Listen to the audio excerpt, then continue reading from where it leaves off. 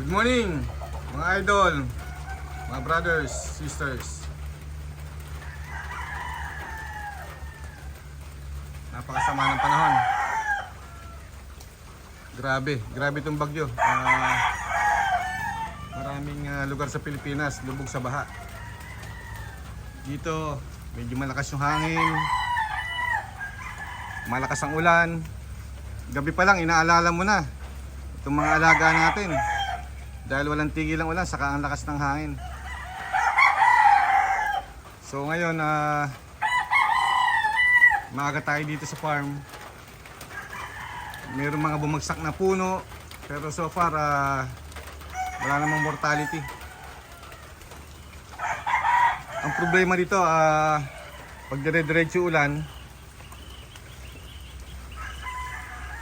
posible magkasakit itong mga manok natin na nakatali. Hindi naman natin pwede isilong lahat. So tsaga-tsaga lang. Tingnan natin kung ano yung mga bumibigay na stags. Kailangan nating sinupin.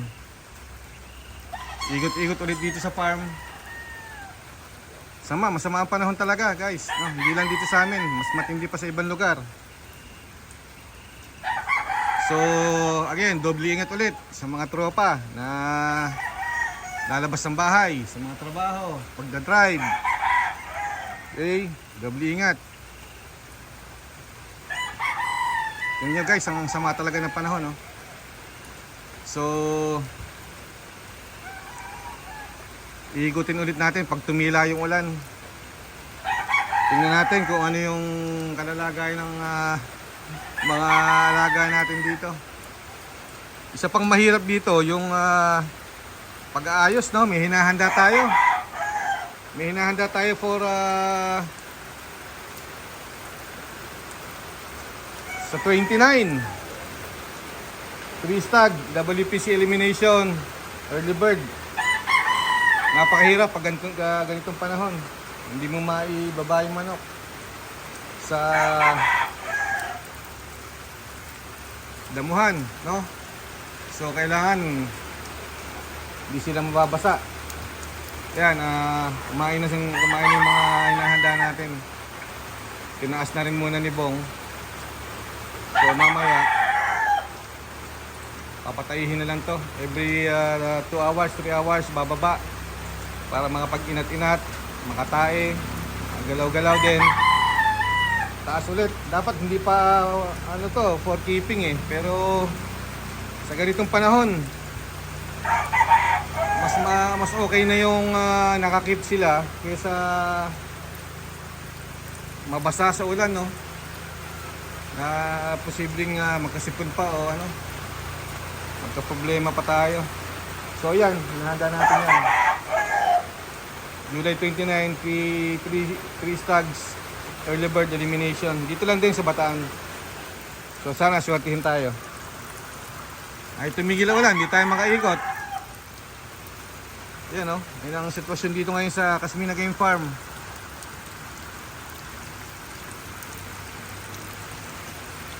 Yung bata natin si Bong, yung taong nawawala sa sarili, panay basa yung katawan. Nakakaawa rin. So sabi ko magpalit muna siya ng damit at pinabili ko ng makakain. Mamaya iikot tayo dito, titingnan natin yung bawat isa kung maayos naman. Hindi na kailangan itaas. Hindi natin pwede itaas lahat to dahil sa dami nito.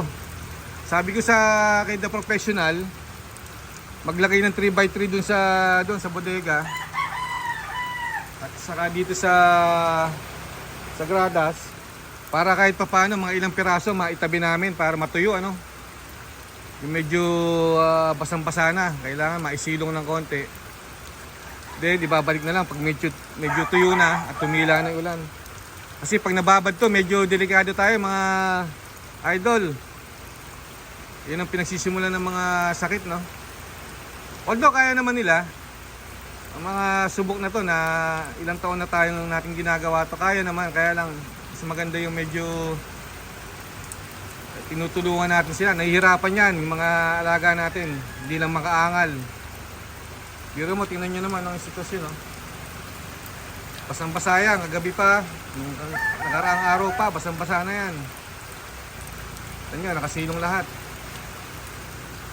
So ito na si Bongbong, ano masabi mo? Malakas ba yung hangin kagabi? Malakas po. Nakabuwal yung kawayan eh. Naputol ko yung sa bubong. Nabuwal yung kawayan, yung nung isang araw, nabuwal yung... Yung puno. Wala tres, wala naman nadaganan. Ala po. O sige, yung mga aso, yan, sige, bigyan mo lang, abutan mo na lang ng mga tinapay muna. May mga inumin ba? Okay, yan, napaka buti, maayos tong bago nating patulong dito sa farm, si Bong. Kaya lang, madalas nawawala sa sarili. So, okay lang. At least, may nakakatulong tayo dito. Si The Professional, hindi makalabas ng bahay, takot sa tubig. Baha sa kanila eh. Hindi lubog na, hindi na makadaan yung motor. So bukas na lang ulit pagka medyo tumila na yung bagyo o yung ulan, saka na lang ulit kami maglilinis dito. Hindi pa nga natatapos yung nililinis namin, pero so far okay naman. Kita nyo guys, ang ganda na oh. Ang ganda niya sa dulo, ang laki pa. By the way, yung area natin is around 2.5 hectares to. So napakalaki ng lilinisin, no? Dito sa portion na to, yan, maganda na, oh. Kita nyo, oh. Ang ganda ng landscaping natin. Malinis na. Ang problema, dito sa kabila, medyo mahaba pa. Sa portion yan, medyo mahaba pa. Ang dami rin nakatali dyan. Ngayon, ang isa pang problema, yung mga manok natin, basang-basa, no? Ito yung isang pang senaryo. Pag laging basa yan, yung buntot niyan sasahid sa lupa o sa putik, nakikita niyan, masisira yung mga dulo. So ayan ang hindi magandang dulot nitong mga ganitong ulan, no? Masisira yung mga balahibo nila, yung buntot, especially yung bagwes, yung mga dulo niyan masayad sa lupa. So mas maganda talaga yung hindi natutubigan, no, yung area nila. At maganda may damo rin para laging tuyo yung tinatapakan, hindi ganong nababasa yung mga buntot nila o bagwis. Anyway, kasama yan, wala tayong magagawa dyan, titigil din yan. So importante hindi sila nagkasakit. So madali silang pag nag-araw naman, babalik naman yung matutuyo naman yung mga balahibo niyan. Yan guys, no. Hanggang ngayon walang tigil. Gabi pa yan. So mamaya iikot tayo. Tingnan natin. And then bukas pag ganito pa ulit, ganun ulit ang sitwasyon, no? Check lang ng check. Ito isang pinoproblema namin, yung mga hinahanda nga namin na early bird stags. Ang hirap ng ganitong kondisyon ng panahon, especially may mga hinahanda tayong manok. Patsagaan na lang at pointing na lang, no? Pag malapit na yung laban, kung ano yung igagalaw ng manok.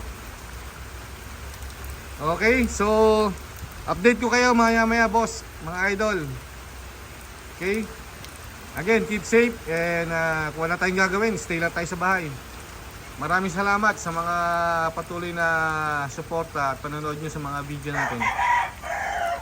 Mabuhay po tayong lahat. Bye-bye.